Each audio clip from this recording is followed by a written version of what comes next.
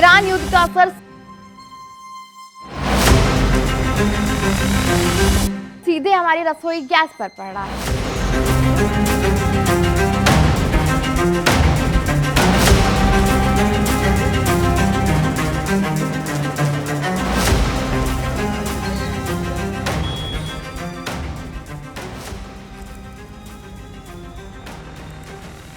Hormuz straight बंद होने से भारत में एलपीजी की किल्लत बढ़ गई है और सरकार ने भी माना है कि सप्लाई पर असर पड़ रहा है।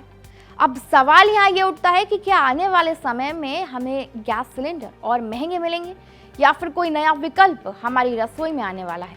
तो आपको बता दें कि सरकार ने जैसे पेट्रोल में 20% एथेनॉल मिलाकर भारत में आयात पर निर्भरता कम करने की कोशिश की है, वैसे ही अब एलपीजी में भी एक नए मिश्रण आने वाला है। इसका नाम है DME यानी डाइमिथाइल ईथर।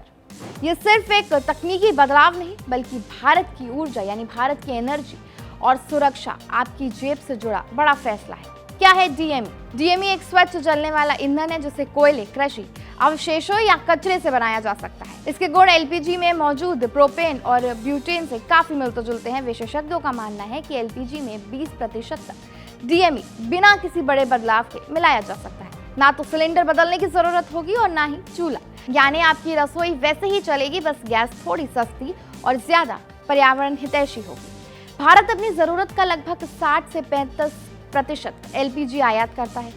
पश्चिम एशिया संकट की वजह से सप्लाई और कीमतों पर असर पड़ा है। इसी का समाधान खोजने के लिए पुणे के CSIR और NCL ने मेथनॉल से DME बनाने की स्वदेशी तकनीक विकसित की है।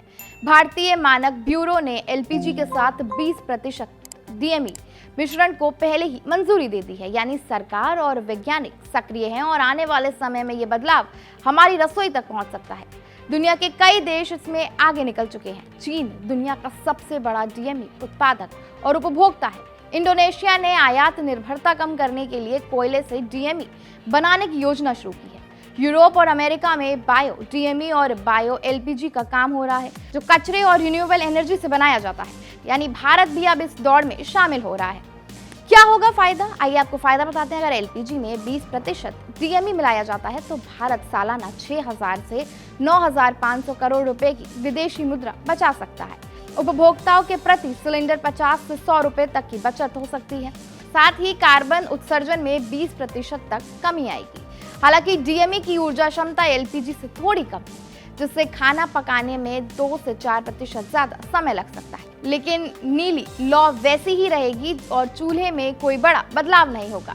सरकार अब DME कंपैटिबल रेगुलेटर और पाइप भी विकसित कर रही है। तो एलपीजी संकट ने भारत को मजबूर किया कि वो नए विकल्प तलाशे और अब DME मिश्रण उस विकल्प के रूप में सामने आ रहा है। ये सिर्फ गैस सिलेंडर की कीमत कम करने का उपाय नहीं है, बल्कि ये भारत की ऊर्जा स्वतंत्रता की ओर एक बड़ा कदम भी है। सोचिए, जब आपकी रसोई में वही नीली लौ जलेगी लेकिन सिलेंडर सस्ता होगा और हवा भी साफ रहेगी, तो ये बदलाव कितना बड़ा होगा। अगर आपको लगता है कि DME भारत की ऊर्जा क्रांति का हिस्सा बनने वाला है तो इस वीडियो को शेयर करें और कमेंट सेक्शन में अपनी राय जरूर दें।